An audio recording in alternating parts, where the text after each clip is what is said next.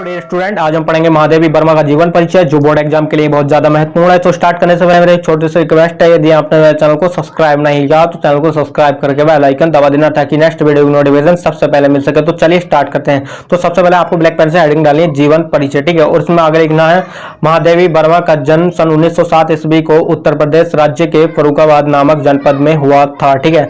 जनपद बोलते हैं जिले को, ठीक है। जो इनका जन्म हुआ था वो 1907 ईस्वी को उत्तर प्रदेश राज्य के फर्रुखाबाद नामक जनपद में हुआ था, ठीक है।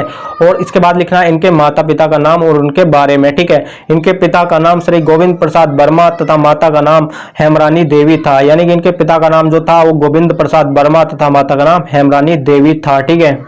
इनकी माता परम विद्योषी धार्मिक महिला थी, ठीक है। परम विद्योषी बोलते हैं बहुत विद्वान स्त्री को, ठीक है। यानी कि इनकी माता बहुत विद्वान थी और वह धार्मिक भी थी, ठीक है। इनकी प्रारंभिक शिक्षा इंदौर में और उच्च शिक्षा प्रयाग में हुई थी, यानी कि जो इनकी सर्वप्रथम सबसे पहली शिक्षा हुई थी वो इंदौर में और उच्च शिक्षा प्रयाग में हुई थी, यानी कि इलाहाबाद में हुई थी, ठीक है। इन्होंने संस्कृत से एमए उत्तीर्ण करने के बाद ये प्रयाग महिला विद्यापीठ में प्रधानाचार्य हो गई, यानी कि इन्होंने जो प्रास्नातक किया था वह संस्कृत से एमए किया था और बाद में ये प्रयाग महिला विद्यापीठ में प्रधानाचार्य हो गई। इनका विवाह 9 वर्ष की अल्पायु में हो गया था, यानी कि इनका विवाह बहुत ही कम उम्र में हो गया था, ठीक है। इनके पति का नाम डॉक्टर रूप नारायण वर्मा था, यानी कि जो इनके पति थे वह भी एक डॉक्टर थे, ठीक है। इसके बाद लिखना है परंतु इनका विवाहित जीवन सफल नहीं था, क्योंकि इनका विवाह बहुत ही कम उम्र में हो जाने की वजह से इनका विवाहित जीवन सफल नहीं था, ठीक है।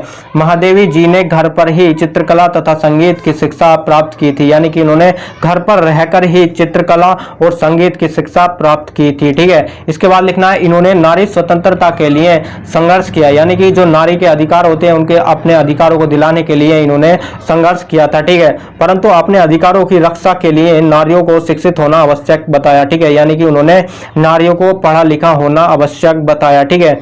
कुछ वर्षों तक ये उत्तर प्रदेश विधान परिषद की मनोनीत सदस्य भी रही, यानी कि मनोनीत सदस्य वह होते हैं जिनको राष्ट्रपति के द्वारा चुना जाता है, इनको आम जनता के द्वारा नहीं चुना जाता है, ठीक है।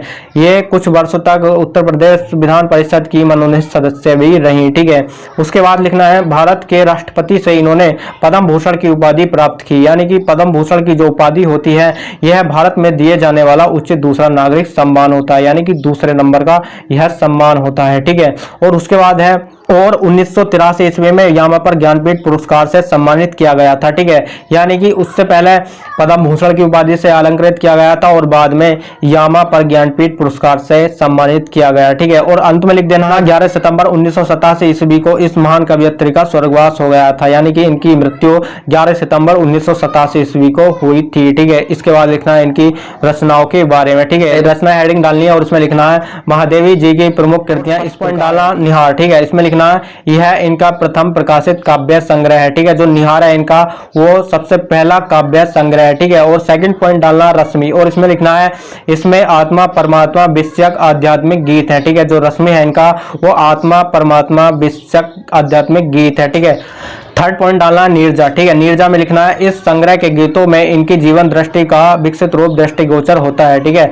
जो नीरजा है इनका इनकी जीवन दृष्टि का विकसित रूप दृष्टिगोचर होता है, ठीक है, नीरजा में, ठीक है। फोर्थ पॉइंट डालना है सांध्या गीत, ठीक है। सांध्या गीत में लिखना है इसमें इनके श्रृंगारपरक गीतों को संकलित किया गया है, यानी कि जो सांध्या गीत है इसमें इनके श्रृंगारपरक गीतों को लिया गया है, ठीक है। और फिफ्थ पॉइंट डालना दीपशिखा, और दीपशिखा में लिखना है इसमें इसके रहस्य भावना प्रधान गीतों का संग्रह, यानी कि जो दीपशिखा है इसमें इनके रहस्य भावना प्रधान गीतों का संग्रह है, ठीक है। और लास्ट पॉइंट डालना यामा, यामा में लिखना यह महादेवी जी के भाव प्रधान गीतों का संग्रह है। जो दीपशिखा उसमें रहस्य भावना प्रधान गीतों का संग्रह है और यामा है वो भाव प्रधान गीतों का संग्रह है।